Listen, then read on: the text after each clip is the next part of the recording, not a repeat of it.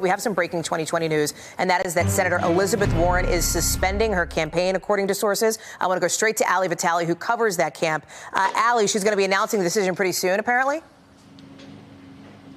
Yeah, Hallie, I just heard from a source familiar with the senator's thinking, who says that she's going to suspend her campaign, informing her full staff in a phone call in just a little while. And look, this comes after a few days of deliberation. We knew yesterday that the senator was reassessing her campaign after a pretty rough night on Super Tuesday. That's a night that her campaign had really pushed forward to as a big part of their strategy. Now we know that that night obviously did enough to push her to get out of this race. And I just think it's so striking, Hallie, as someone who's covered this campaign for a year, the kind of person that she was out on the campaign trail. This is someone who regularly made time, I think the most available person to the press corps, taking questions from us almost every day that we were out with her.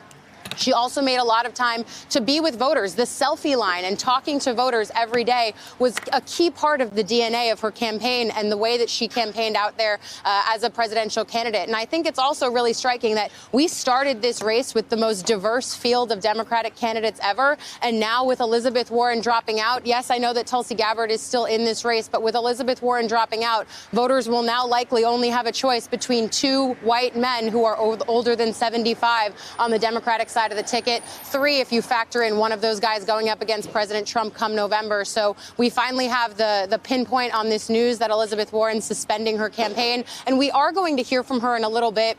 I'm told that she'll talk to us around noon here, sort of bookending her campaign in the same way that it started. She started this campaign right at the start of 2019 here in Cambridge, talking with reporters outside her house, and that's exactly how she's going to end it today, Hallie. Any word, Ali, on whether or not she will throw her support behind somebody else left in this race yet?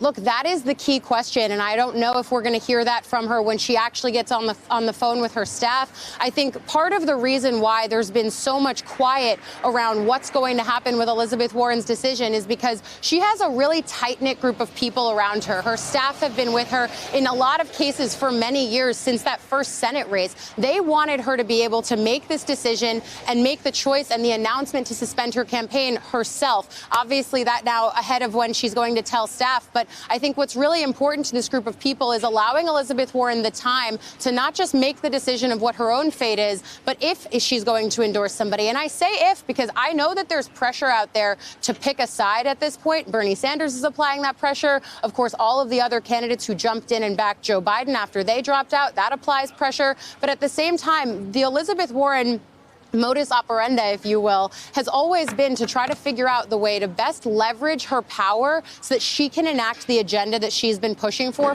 over a year out here on the campaign trail. So whether that means endorsing now or endorsing later, I'm not in the room. I'm not in her head. I don't know what she's considering when she makes that decision, but we're hoping to find out soon what it is. Thank you for checking out our YouTube channel. Why don't you subscribe? It's really easy. Just click on that button down there. And for more news from MSNBC, click on any of these videos here for the latest interviews and highlights. You can get more videos from MSNBC with our newsletters. Head over to msnbc.com/newsletters to sign up.